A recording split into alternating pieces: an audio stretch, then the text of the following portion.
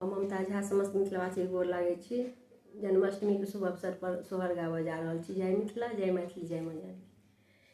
उतराही सावन चढ़ल भादव चौदिस कारी रे। उतराही सावन चढ़ल भादव चौदिस कारी रे। ललना रे डिमिका झिमिका मेघ बरसात बादल हरखी तरे।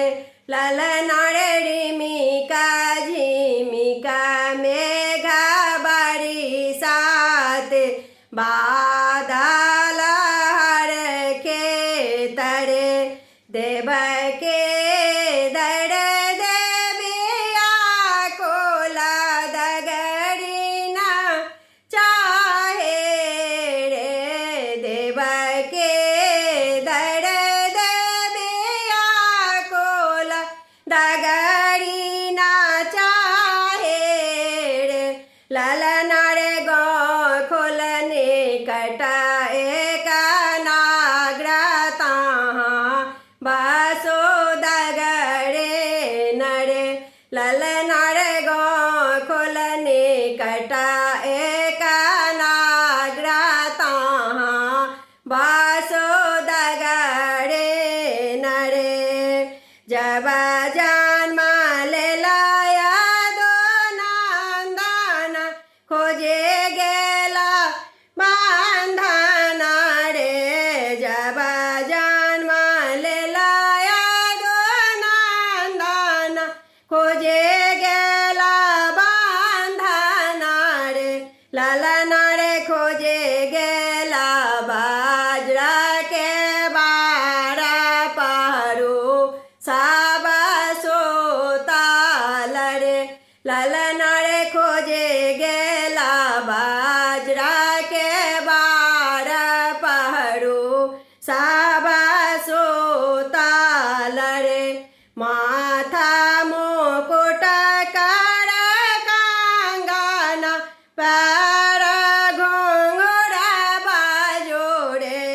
माथा मुकुट कर कंगन पैर घुंघरा बाजोड़े।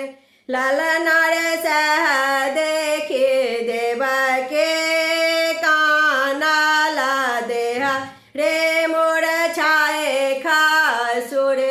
ललना रे सह देखे देव के कानला देहा रे मोर छाए खासुर। किया दैव देलनि जे कांसा हरि लेलनि रे।